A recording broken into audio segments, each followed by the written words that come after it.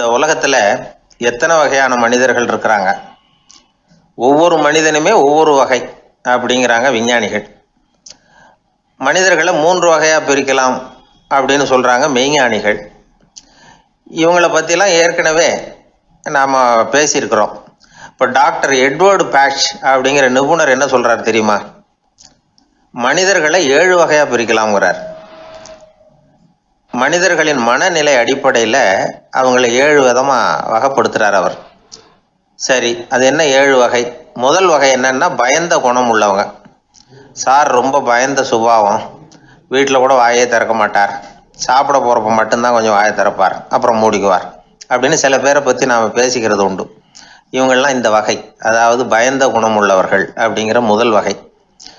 சரி, 2வது வகை என்னன்னா சஞ்சலப்படுகிறவர்கள், எதுக்கு எடுத்தாலும் கலக்கம், குழப்பம், இப்படியே காலம் தள்ளிட்டு இருப்பாங்க. பல பேர் பார்த்துருப்பீங்க. அவங்கெல்லாம் இந்த வகை. 3வது வகை என்னன்னா யதார்த்த உலகை மறந்து கற்பனை உலகத்திலேயே மிதக்கிறவங்க. இளைஞர்கள், கவிஞர்கள், இப்படி பல பேர் இருக்கிறாங்க. எப்போ பார்த்தாலும் கற்பனை உலகத்திலேயே மிதந்துக்கிட்டு இருப்பாங்க. கிட்டத்தில் போய் என்னங்க ஒரு மாதிரியா இருக்கிறீங்க அப்படின்னு கேட்டு பாருங்க, அவங்களெல்லாம் ஏதோ ஒரு அற்ப புழுவை பார்க்கறது மாதிரி அவங்கள பார்ப்பாங்க. அதுவும் அந்த வானத்து நிலாவை பாருங்கள், அது என்னை வா வான்னு கூப்பிடுது, எனக்கு சீக்கிரத்தில் ஒரு நாள் சிறகுகள் முளைக்கும், சிறகடித்து வானத்தில் பறந்து போவேன், அந்த செல்ல நிலாவை கொஞ்சிவிட்டு வருவேன், இப்படிலாம் பேசிக்கிட்டு இருப்பாங்க. கொஞ்சிறது அப்புறம் இருக்கட்டும், இப்போ கஞ்சிக்கு வழியே பாருப்பா அப்படின்னா அதை காதில் வாங்க மாட்டாங்க. நாம் ஏதோ இந்த உலகத்தை அனுபவிக்க தெரியாதவர்கள் மாதிரி நம்மளை அவங்க கவனிப்பாங்க. இப்படி ஒரு ரகம். 4வது வகை மனிதர்கள் எப்படின்னா, இவங்க தனிமை உணர்வு மிக்கவர்கள். இவங்க மற்றவங்களோட இயல்பாக நெருங்கி பழகிறதில்ல, தான் உண்டு தன்னுடைய வேலை உண்டுன்னு இருந்துட்டு போகிறவங்க. அடுத்த வீட்டில் இருக்கிறவர் யார் அப்படின்னு கேட்டால் கூட அடுத்த வீடுன்னு ஒன்று இருக்கா அப்படிங்கிறது மாதிரி நம்ம முகத்தை பார்ப்பாங்க. அவங்ககிட்ட மேற்கொண்டு நாம் என்னத்தை பேச முடியும்? இப்படி ஒரு வகை. 5வது வகை மனிதர்கள் எப்படின்னா, இவங்க மற்றவங்க செல்வாக்குக்கு உட்பட மறுப்பவர்கள். அடுத்தவங்களோட செல்வாக்குக்கு இவங்க ஆட்படுறதில்ல. நான் யார் தெரியுமான்னு கேட்டால் அதை தெரிஞ்சுட்டு எனக்கு என்ன ஆக போகுதும்பாங்க. இவங்கெல்லாம் அந்த ரகம். 6வது வகை மனிதர்கள் எப்பவும் எதுலேயும் பற்றில்லாமல் இருக்கிறவங்க. இது ஒரு துறவு மனப்பான்மை. இயல்பாகவே சில பேர் இப்படி உண்டு, அவங்களுக்கு எதுலேயும் ஒரு ஈடுபாடு இருக்காது. அப்படிப்பட்டவங்கெல்லாம் 6வது வகை. 7வது வகை மனிதர்கள் மற்றவங்க கவலையை தன்னுடையதாக ஆக்கிக்கிட்டு கவலைப்படுறவங்க. இவங்கெல்லாம் மகாத்மாக்கள். தாம் வேறு அடுத்தவங்க வேறு அப்படிங்கிற எண்ணம் இவங்களுக்கு வர்றதில்லை. அதனால் அடுத்தவங்களுக்கு ஒரு துன்பம் வந்ததுன்னா இவங்களால சும்மா இருக்க முடியறதில்லை. ஆகக்கூடி இப்படி 7 விதமான மனிதர்களை அடையாளம் காட்டுறார் அந்த நிபுணர். இதில் நாம் எந்த வகையில் வர்றோம் அப்படிங்கிறத நாம தான் அடையாளம் கண்டுபிடிக்கணும். எனக்கு தெரிஞ்ச ஒரு மனிதர் உண்டு. அவர் ஒரு வித்தியாசமான வகை. எதையும் நடைமுறை சாத்தியமாக சிந்திக்கிறவர். எப்பவும் அடுத்தவங்களும் நல்லா இருக்கணும், நாமும் நல்லா இருக்கணும் அப்படின்னு ஆசைப்படுறவர். அவருக்கு ஒரு சமயம் திடீர்னு உடம்பு சுகம் இல்லாமல் போயிட்டுது. டாக்டர்கிட்ட போனார், பணம் கொடுத்தார், வைத்தியம் பார்த்துக்கிட்டார். அவர் எழுதி கொடுத்த மருந்து சீட்டை வாங்கினார். ஒரு மருந்து கடைக்கு போனார், பணம் கொடுத்தார், மருந்து வாங்கினார். அதை எடுத்துகிட்டு வீட்டுக்கு வந்தார். அதுக்கப்புறம் அந்த மருந்து அவர் சாப்பிடணும்ல, சாப்பிடவே இல்லை, அப்படியே சும்மா வச்சுட்டார். அவரை பார்த்து கேட்டேன், ஏன் சார் இப்படி பண்ணுறீங்க, வீண் செலவு தானே இது, நீங்கள் ஏன் டாக்டர்கிட்ட போய் பணம் செலவு பண்ணுனீங்கன்னு கேட்டேன். அவர் சொன்னார், டாக்டர் வாழணும் இல்லையா, அதனால தான் அப்படின்னார். சரி, அப்புறம் ஏன் மருந்து வாங்கினீங்க அப்படின்னு கேட்டேன். மருந்து கடைக்காரர் வாழணும் இல்லையா, அதனால தான் அப்படின்னார். சரி, அப்புறம் ஏன் வாங்கின மருந்து சாப்பிடாம வச்சுட்டீங்க அப்படின்னதுக்கு, நான் வாழணும் இல்லையா அதனால தான் அப்படின்னார். இவர் வாழ்க்கையை புரிஞ்சுக்கிட்டவர். இப்படி வாழ்க்கையை புரிந்து கொண்டு வாழ தெரிஞ்சுக்கணும். எந்த வகை மனிதர் நாம் அப்படிங்கிறத புரிஞ்சுக்கிட்டு வாழ்ந்தோம்னா வாழ்க்கையில வெற்றி நிச்சயம்.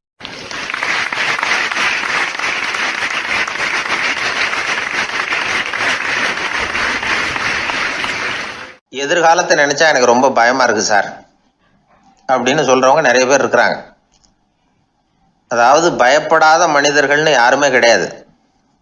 ஒவ்வொருத்தருக்கும் ஒவ்வொரு விதமான பயம் இருந்தாலும் ஒட்டுமொத்தமா பார்க்குறப்போ மனிதனுக்கு 6 விதமான பய உணர்வுகள் வரலாம் அப்படின்னு பெரியவங்க சொல்றாங்க.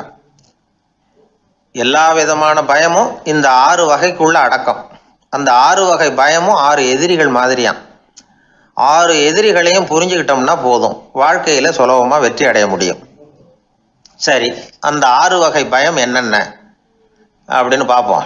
முதல்ல வறுமை பற்றிய பயம், 2வது பழிச்சொல் பற்றிய பயம், 3வது உடல் நலம் பாதிப்பு பற்றிய பயம், 4வது என்னன்னா காதல் தோல்வி, 5வது முதுமை, 6வது மரணம்.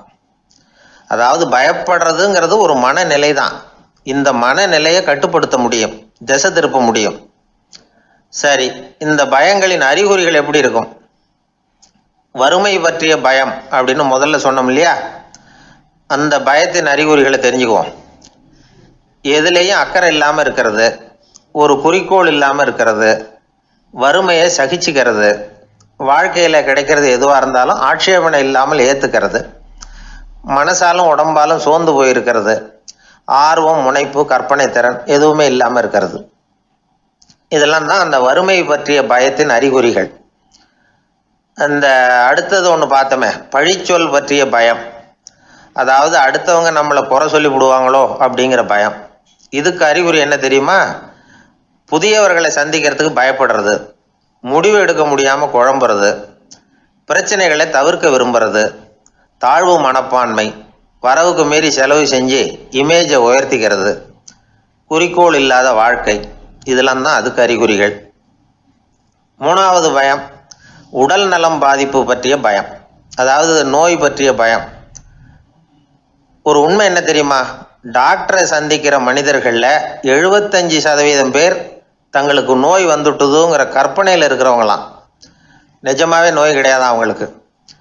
இந்த பயத்தின் அறிகுறிகள் என்னென்னா, வியாதிக்கான அறிகுறிகள் தன்னிடம் இருக்கிறதாக நினச்சிக்கிறது, எந்த நேரமும் வியாதியை பற்றியே பேசி பேசி மனசை அங்கேயே வச்சிருக்கிறது, நோய் சம்பந்தமான செய்திகளை படித்து நமக்கு இப்படி ஆயிடுமோ அப்படின்னு வேதனைப்படுறது, இதெல்லாம் தான் அதுக்கு அறிகுறிகள். 4வது பயம் காதல் தோல்வி. இது ரொம்ப வேதனை, உடம்பையும் மனசையும் சீரழிச்சு விடும். ஆண்களை விட பெண்கள் தான் இந்த பய உணர்வில் அதிகமாக பாதிக்கப்படுறாங்க. 5வது முதுமை பற்றிய பயம். 6வது மரண பயம், வயசான காலத்தில் எப்படி சமாளிக்கிறது அப்படிங்கிற பயம். ஆக இதையெல்லாம் நாம் புரிஞ்சிக்க வேண்டியது ரொம்ப அவசியம். இந்த 6 வகை பயங்களை சரியாக புரிஞ்சுக்கிட்டு நாம் நடந்துக்கணும். வாழ்க்கையின் முன்னேற்றத்துக்கு இந்த பயங்கள் முட்டுக்கட்டே ஆகிடக்கூடாது. உழைச்சி பணம் சேர்க்கணும், உற்சாகமாக மனசை வச்சுக்கணும். மனசை கட்டுப்படுத்துகிற மார்க்கம் தெரிஞ்சுக்கிட்டா போதும், எல்லாம் சரியாக வந்துடும்.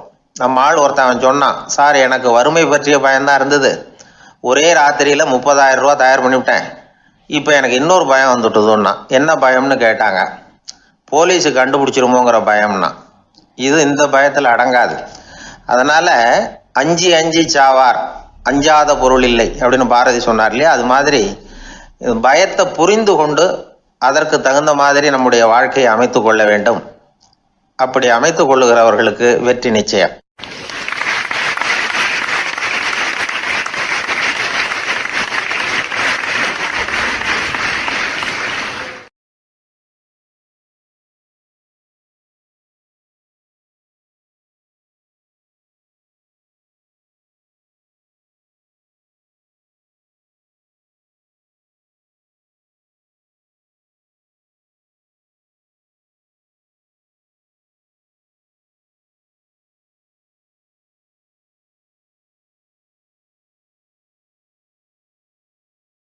ஆர்வமா பார்த்தா இவன் காலடிக்கு பின்னாடியும் தொடர்ந்து இன்னொரு காலடி வந்துகிட்டே இருந்தது. கடைசி வரைக்கும் தொடர்ந்து இருந்தது. என் பின்னாடி நீங்க வந்திருக்கீங்க போல இருக்க அப்படின்னு நான் கடவுள்கிட்ட. அதுக்கு கடவுள் சொன்னாரு, அப்படி இல்லப்பா, அது ரெண்டுமே உன்னோட காலடிகள் தான். எப்ப பார்த்தாலும் நீ குடி போதையில 2 ஆசாமியாவே இருந்திருக்கிற, அப்படியே வாழ்க்கையை முடிச்சுக்கிட்டு நேரா இங்க வந்து சேர்ந்திருக்கிற அப்படின்னு அதுக்கு விளக்கம் கொடுத்தாரு.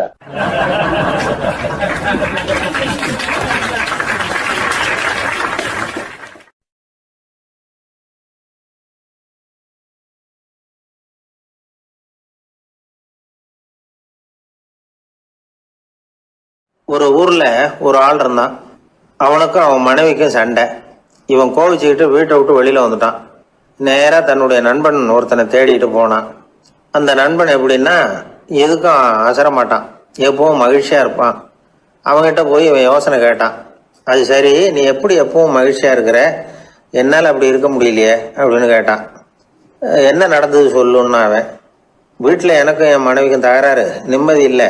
அதுதான் இங்கே வந்தேன், உங்ககிட்ட யோசனை கேட்கலாமேன்னு அப்படின்னு விவரத்தை சொன்னான். அதை கேட்டுவிட்டு அதுக்கப்புறமா இவன் சொன்னான், இந்த பாருப்பா, இது ஒன்றும் பெரிய விஷயம் இல்லை. எனக்கு 2 மனைவிகள், 2 வீடு. ஒரு வீட்டில் சண்டை வந்துட்டுதுன்னா நேராக இன்னொரு வீட்டுக்கு வந்துடுவேன். இங்கே சண்டை வந்துட்டுதுன்னா நேராக அங்கே போயிடுவேன்.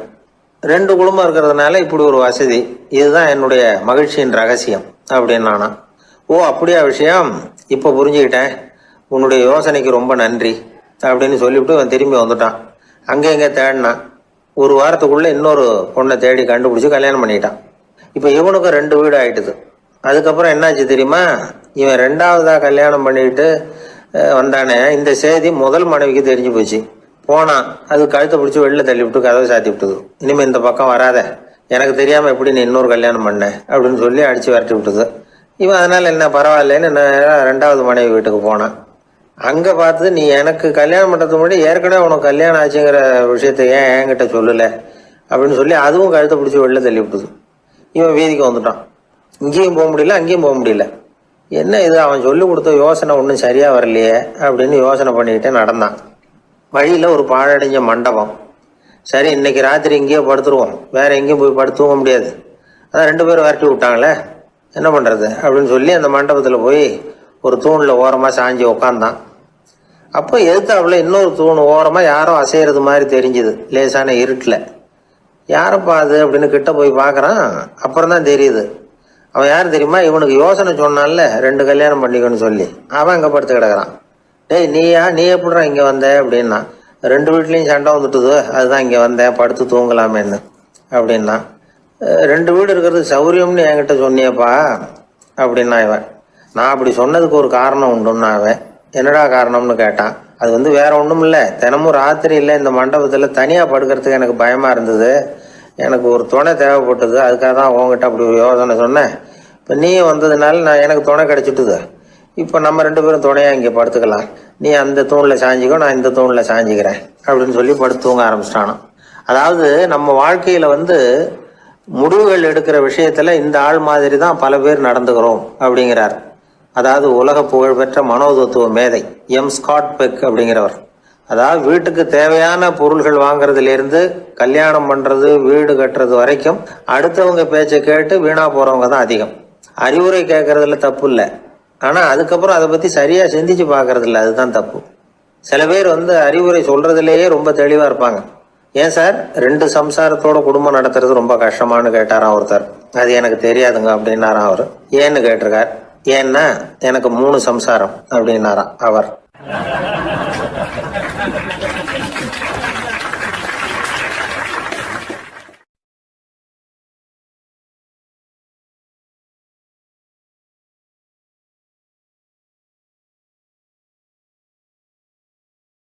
ஒரு புகழ்பெற்ற ஜப்பானிய சாமுராய் வீரன், வாள் வீசுறதுல ரொம்ப கெட்டிக்காரன்.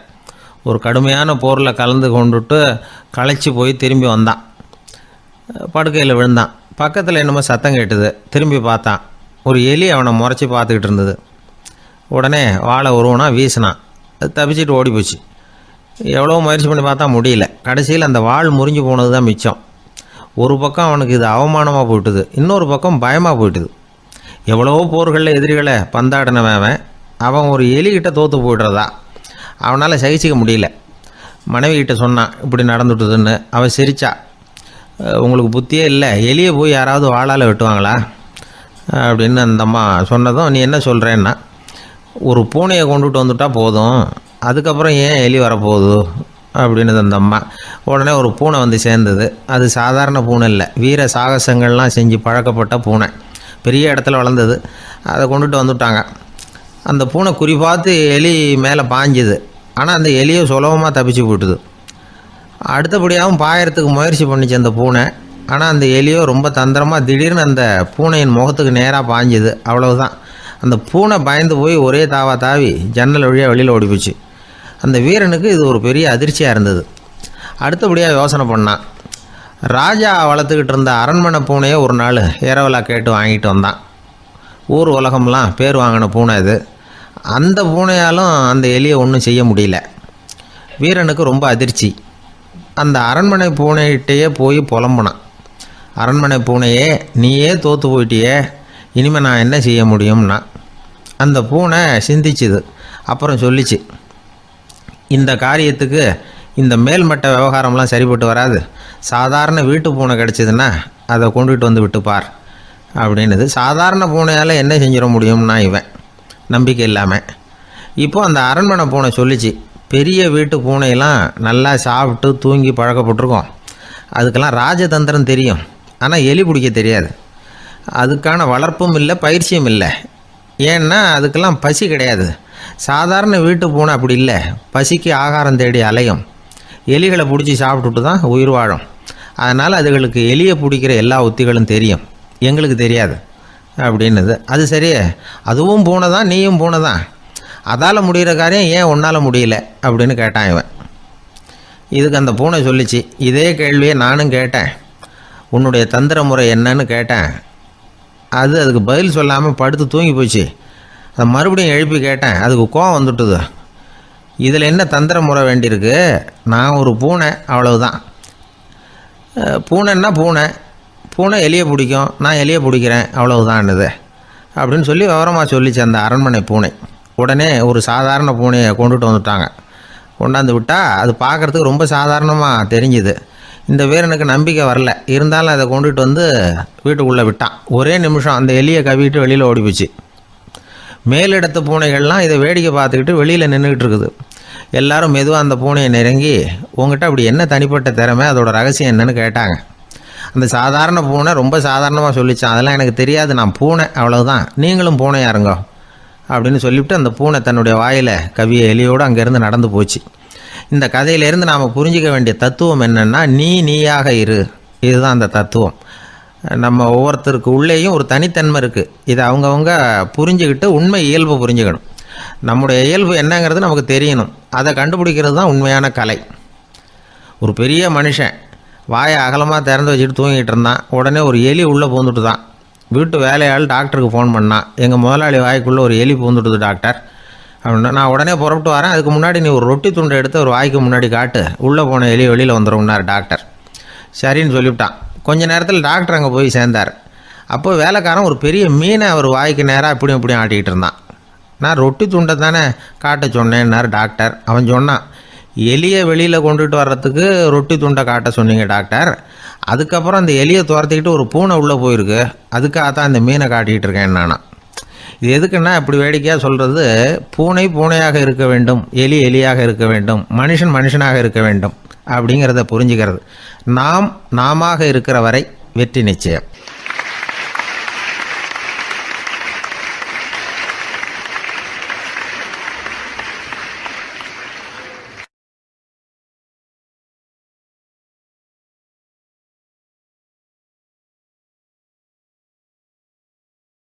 எனக்கு ஒரு நண்பர், அவர் ஒரு வழக்கறிஞர். ஒரு நாள் அவர்கிட்ட பேசிக்கிட்டு இருந்தேன். அப்போ கேட்டேன், ஏன் சார் நீங்கள்லாம் கோர்ட்டில் வாதாடுறப்போ கருப்பு நிற அங்கி அணியிறீங்களே, அதுக்கு என்ன காரணம்? சட்டத்துக்கும் கருப்பு கலருக்கும் என்ன சம்பந்தம் அப்படின்னு கேட்டேன். அது ஒரு சுவாரஸ்யமான கதைன்னார் அவர். சொல்லுங்களேன் அப்படின்னு அவர் சொன்னார். கிபி 1694 வருஷத்தில் இங்கிலாந்து அரசி 2வது மேரிங்கிறவர் இறந்து போனார். அந்த ராணியோட கணவர் 3ஆம் வில்லியம், அவரு ஒரு உத்தரவு போட்டாராம், அரசியோட மறைவுக்கு அனுதாபம் தெரிவிக்கிற வகையில் வழக்குரைஞர்கள் எல்லாரும் கருப்பு நிற அங்கி அணியணும் அப்படின்னு. அன்னைக்கு ஆரம்பித்த அந்த பழக்கம் அதுக்கப்புறம் மாறவே இல்லையாம், இன்னைக்கும் தொடருது. வழக்குரைஞர்கள்லாம் முதல்ல கருப்பு அங்கி மட்டும்தான் அணிஞ்சாங்களாம். அதில் ஒரு சின்ன சங்கடம், ஏற்கனவே உடம்பு கருப்பாக இருக்கிறவங்க அதுக்கு மேலே கருப்பு ட்ரெஸ் வேற போட்டுக்கிட்டா முகம் பளிச்சுன்னு தெரியாது இல்லையா? அதனால் முகம் பளிச்சுன்னு தெரியறதுக்காக அவங்கெல்லாம் வெள்ளை நிற பட்டியை அணிய ஆரம்பித்தாங்களாம். இப்படி தான் இங்கிலாந்தில் அந்த பழக்கம் ஆரம்பமாயிருக்குது. அந்த சமயத்தில் இந்தியாவை ஆண்டது பிரிட்டிஷ்காரங்க தானே, அதனால் இங்கேயும் அந்த பழக்கம் அப்படி நடைமுறைக்கு வந்துட்டுது. அதே மாதிரி சர்ச்சிலின் மூதாதையரான மார்ல்பரோ பிரபுவின் ஞாபகார்த்தமாக நீதிபதிகள் இந்த வெள்ளை குள்ளாய் அணிகிற முறை பழக்கத்துக்கு வந்துதான். இதுதான் என்னுடைய நண்பர் சொன்ன தகவல். இங்கிலாந்தில் நீதிமன்றம்ங்கிறது ரொம்ப மதிப்புள்ளது. அந்த அளவுக்கு சட்டத்துக்கு அங்கே மரியாதை. அங்கே நடந்த ஒரு சுவாரஸ்யமான நிகழ்ச்சியை ஒரு சகோதரி எழுதி அனுப்பியிருந்தாங்க. அவங்க அப்பா நீதித்துறையை சேர்ந்தவரா, அவர் சொன்னதான் இது. அவங்க எழுதி அனுப்பியிருந்த விஷயம் என்னென்னா, அங்கே ஒரு கேஸில் ஒரு முக்கியமான தீர்ப்பு வழங்க வேண்டியிருக்குது.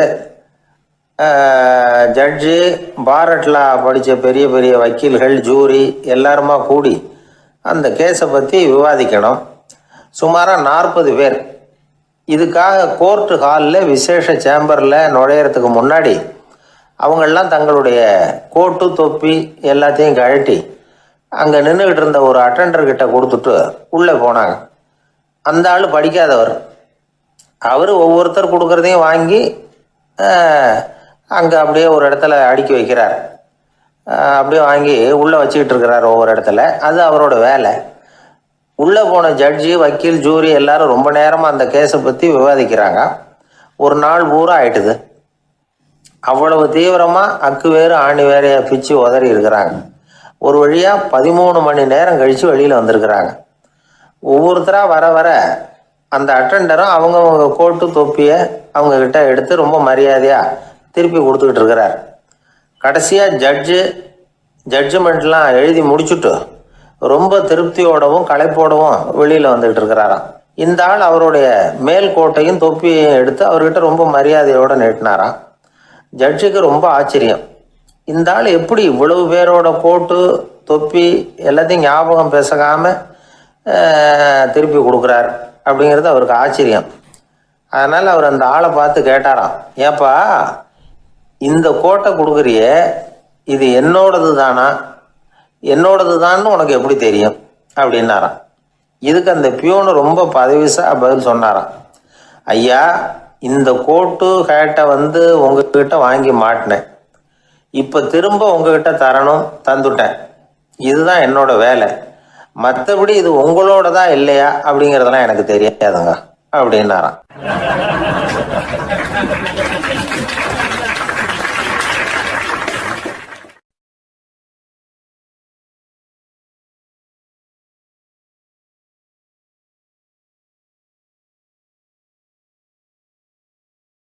உழைப்பும் நேர்மையும் உயர்வதற்கு வழிகள். அதை விட்டுட்டு உட்கார்ந்த இடத்துல இருந்துகிட்டே உயர போகணும் அப்படின்னு கற்பனை பண்றாங்க. அந்த கற்பனையிலேயே பாதி வாழ்க்கை ஓடி போடுது. உழைப்புங்கிற வழியையும் நேர்மைங்கிற வழியையும் ஒதுக்கி விட்டு குறுக்கு வழியில ஓட நினைக்கிறவங்க குப்புற விழுந்து விடுறாங்க. எந்த தொழிலை நாம செய்தாலும் சரி, அந்த தொழிலுக்குரிய பெருமையை நாம புரிஞ்சுக்கிட்டு அதுல ஈடுபடணும். அப்படி இல்லாம என்ன சார் பொழப்புது, இந்த தொழிலை மனுஷன் செய்வானா அப்படி புலம்பிக்கிட்டே இந்த தொழிலையே செஞ்சுக்கிட்டு இருக்கிறவங்க நம்மள பல பேர் உண்டு. செய்யும் தொழிலே தெய்வம் அப்படின்னு சொல்றாங்கல்ல, அப்படி சொல்றது எதுக்காக? அந்த அளவுக்கு அதுல ஒரு ஈடுபாடு வேணுங்கிறதுக்காகத்தான்.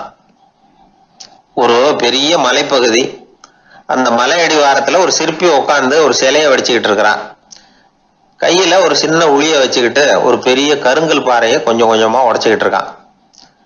ஒரு சிற்பத்தை வடிக்கிறதுங்கிறது அவ்வளவு உன்னதமான ஒரு தொழிலா? எல்லாராலையும் முடியுமா அது? அப்படி இருந்தும் அந்த சிற்பிக்கு மன நிறைவில்லை. அவன் நினைக்கிறான், இந்த கடுமையான வெயில்ல உட்கார்ந்து வேலை செய்யறது எவ்வளவு கஷ்டம்.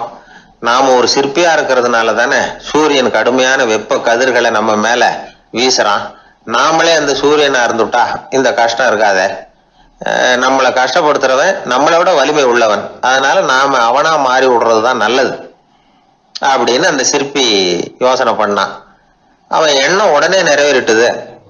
இயற்கைங்கிற மாபெரும் சக்தி அவனை ஒரு சூரியனா மாத்தி விட்டது. சிற்பி இப்போ ஒரு சூரியனா மாறினான். இனிமே இந்த உலகத்துல நம்மளை விட வலிமை உள்ளவன் வேற யாரும் கிடையாது அப்படின்னு நினைக்க ஆரம்பிச்சுட்டான். அவனுக்கு மகிழ்ச்சியா இருந்தது. அந்த மகிழ்ச்சி அதிக நேரம் நீடிக்கல. ஏன்னா கொஞ்ச நேரத்துல ஆகாயத்துல கரிய மழை மேகங்கள் அப்படியே சூழ்ந்து வந்தது. சூழ்ந்து வந்த மேகங்கள் சூரியனை மறைக்க ஆரம்பிச்சது. இப்போ சூரியனா இருந்த அந்த சிற்பி நினைச்சு பாக்குறான், என்ன இது, என்னையே இந்த மேகம் மூடி மறைக்குதுன்னா அது என்னை விட பெரிய ஆளாதான் இருக்கணும். அதனால இனிமே நாம சூரியனா இருக்கக்கூடாது, நாம மேகமா தான் இருக்கணும், அதுதான் கௌரவம் அப்படின்னு நினைக்க ஆரம்பிச்சிட்டான். இப்பவும் பாருங்க, இயற்கை அவனுடைய ஆசையை நிறைவேற்றி வச்சது. சூரியனா இருந்த சிற்பி மேகமா மாறினான். வான வீதியில அப்படியே உல்லாசமா வர ஆரம்பிச்சான். அந்த உல்லாசமும் அதிக நேரம் நீடிக்கல. எதிரில் பார்த்தா பிரம்மாண்டமான மலைகள் வழியை அடைச்சிட்டு நிக்குது. வேகமா வந்த மேகம் மலையில மோதிக்கிட்டுது. அந்த மலையை தாண்டி அப்பால செல்ல முடியல. இப்போ அந்த மேகம் நினைக்குது, நாம எந்த தடையும் இல்லாம அந்தரத்துல மிதந்து வர்றோம், நம்மையே போக விடாம தடுக்குதுன்னா அந்த மலைக்கு எப்பேற்பட்ட வலிமை இருக்கணும். இனிமேலும் நாம மேகமா இருந்து பிரயோஜனம் இல்ல, இருந்தா மலையா இருக்கணும், அதுதான் பெருமை அப்படின்னு நினைக்க ஆரம்பிச்சான். இப்பவும் பாருங்க, இயற்கை அவனுடைய ஆசையை நிறைவேற்றி வச்சது. மேகமா இருந்த சிற்பி மலையா மாறினான். பெரிய மலை பூமிக்கும் வானத்துக்குமா நின்றுகிட்டு இருக்கு. இனிமே நமக்கு எந்த கவலை இல்லை அப்படின்னு நினைச்சது அந்த மலை. இப்படி நினைச்சுக்கிட்டு இருந்த வேளையில அந்த மலையோட காலடியில அடிவாரத்துல ஏதோ சத்தம் கேட்டுது. என்ன சத்தம் இது அப்படின்னு சொல்லி அந்த மலை மெதுவா குனிஞ்சு பார்த்துதான். பார்த்தா அங்க ஒரு மனுஷன் தன்னுடைய கையில உளிய வச்சுக்கிட்டு மலையை கொத்திக்கிட்டு இருக்கிறான். ஏதோ ஒரு சிற்பத்தை வடிக்கிறதுக்காக அவன் முயற்சி பண்ணிட்டு இருக்கிறான். இப்போ அந்த மலை நினைச்சுதான், மலையே ஒருத்தன் உடைக்கிறான்னா அவன் எப்பேற்பட்ட வலிமை உள்ளவனா இருக்கணும். இனிமேலும் மலையா இருந்து பிரயோஜனம் இல்ல, மனுஷனா மாறணும், அதுதான் சரி அப்படின்னு நினைச்சுதான். அந்த வினாடியே அந்த மலை ஒரு மனுஷனா மாறிச்சு. அவன் கையில ஒரு உளி, பழையபடியே ஒரு கருங்கல் பாறையை கொத்த ஆரம்பிச்சான். அந்த ஆள் பழைய நிலைமைக்கு வந்துட்டான். இந்த கதையிலிருந்து நாம தெரிஞ்சுக்க வேண்டியது என்னன்னா, தன்னுடைய உண்மையான பலம் என்னங்கிறது தெரியாமலே தாவி தாவி தடுமாறிக்கிட்டு இருக்கிறான் மனுஷன் அப்படிங்கிறது தான். இனிமேலாவது அதை புரிஞ்சுக்கணும், புரிஞ்சுக்கிட்டு புறப்படணும் வாழ்க்கையில வெற்றி பெறறதுக்கு. ஒரு குடும்ப தலைவருக்கு விபரீதமா ஒரு ஆசை வந்துதான். அதாவது ஒரு நாள் பூராவும் புடவை கட்டிக்கிட்டு மனைவி செய்கிற வீட்டு வேலைகள், சமையல் வேலைகள் எல்லாத்தையும் தானே செய்யணும், மனைவிக்கு ஆண் வேஷம் போட்டு ஆபீஸுக்கு அனுப்பி வச்சிடணும் அப்படின்னு ஆசைப்பட்டான். இதுதான் அந்த ஆசை. அதே மாதிரி செஞ்சான். பெண் வேஷத்துல சமையல் பண்ணிட்டு இருந்தான். இருட்டி விட்டுது. இந்த சமயத்துல வாசல் கதவு தட்டப்படுற சத்தம் கேட்டுது. ஓடி போய் திறந்தான். பக்கத்து வீட்டு அம்மா கிடுகிடுன்னு உள்ள வந்துட்டாங்க, காப்பி பொடியோ ஏதோ வாங்கறதுக்கு. இவன் பயந்து போய், கமலாம்மா, நான் சுசீலா இல்ல, சுசீலாவோட புருஷன், பெண் வேஷத்துல இருக்கிறேன், சும்மா ஒரு சேஞ்சுக்காக அப்படின்னா. உடனே அந்த அம்மா கிட்ட பயப்படாத, நானும் கமலா இல்ல, கமலாவோட புருஷன், இதுவும் சும்மா ஒரு சேஞ்சுக்காகத்தான் அப்படின்னு. இப்படி வாழ்க்கைய விபரீதமா நினைச்சுக்கிட்டு வேற வேற கற்பனைகள்ல வீணாக்கிக்கிட்டு இருக்கிறவங்க தான் ரொம்ப அதிகம். நாம அதுவா மாறணும்னு நினைக்கிறது தப்பு, நாம இருக்கணும் அப்படின்னு நினைக்கிறது தான் உண்மை, அதுதான் சரி. அந்த சிற்பி என்னென்னோ கற்பனை பண்ணி கடைசியில மறுபடியும் சிற்பியாகவே சேர்ந்தான் பாருங்க. அதனால நம்முடைய உண்மையான பலம் என்ன அப்படிங்கறத தெரிஞ்சுக்கிட்டு நடந்துகிட்டோம்னா வாழ்க்கையில எப்பொழுதும் வெற்றி நிச்சயம்.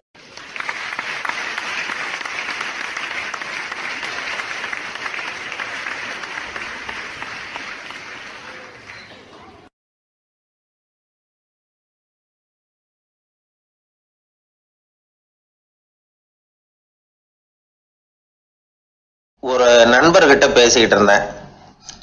அவருடைய உறவினர் ஒருத்தர் ஒரு நேர்முக தேர்வுக்கு போயிருந்தாராம், இன்டர்வியூக்கு. ரொம்பவும் பொறுப்பாகவும் கவனமாகவும் செயல்பட வேண்டிய பதவிக்கான நேர்காணல் அது.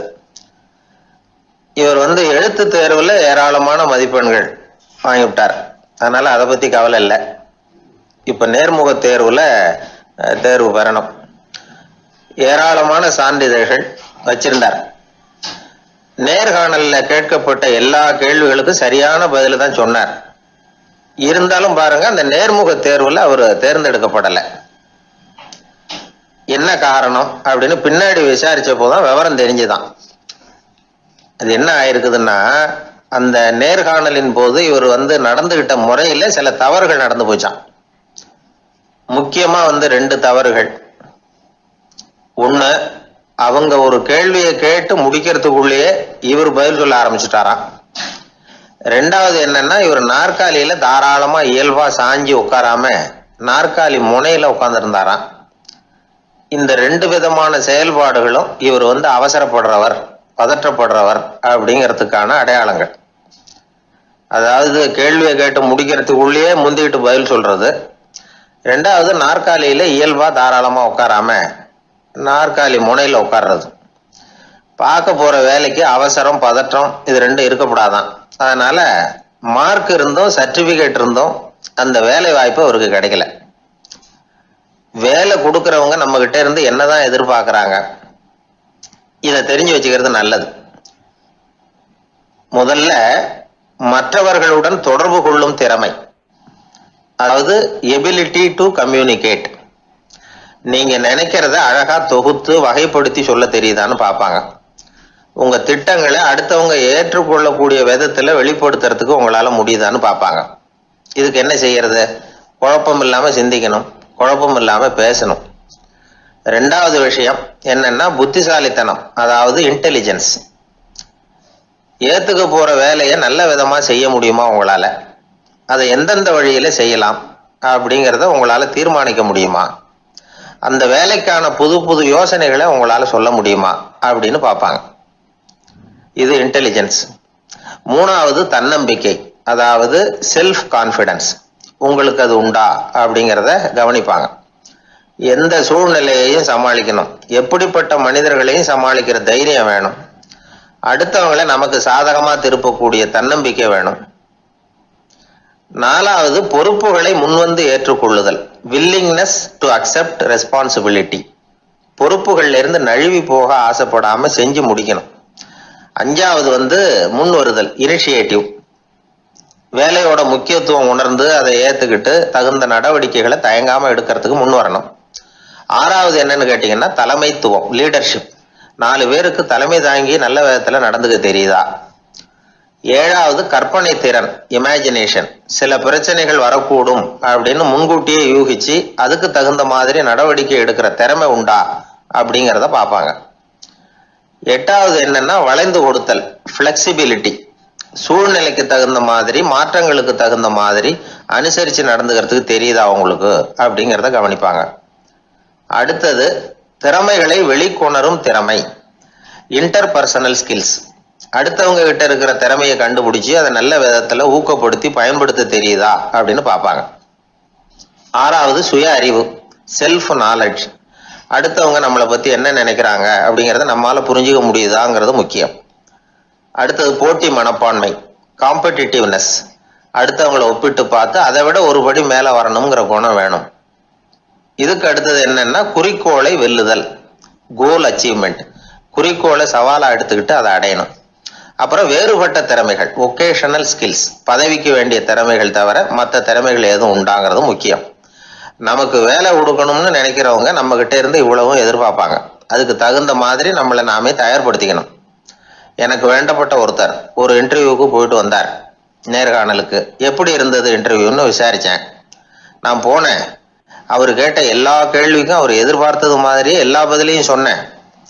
கடைசியா நான் எதிர்பார்க்காத ஒரு தகவலை அவர் சொன்னார் அப்படின்னாரு. என்னன்னு கேட்டேன். அவரும் என்ன மாதிரியே இன்டர்வியூக்கு வந்தவர் தானா, சும்மா என்ன கேள்வி கேட்டுக்கிட்டு உட்காந்துருந்தாராம் அப்படின்னார். அதனால ஒரு நேர்காணலுக்கு போறதுக்கு முன்னாடி என்ன எதிர்பார்க்கறாங்க அப்படிங்கறத தெரிஞ்சுக்கிட்டு போனா வெற்றி நிச்சயம்.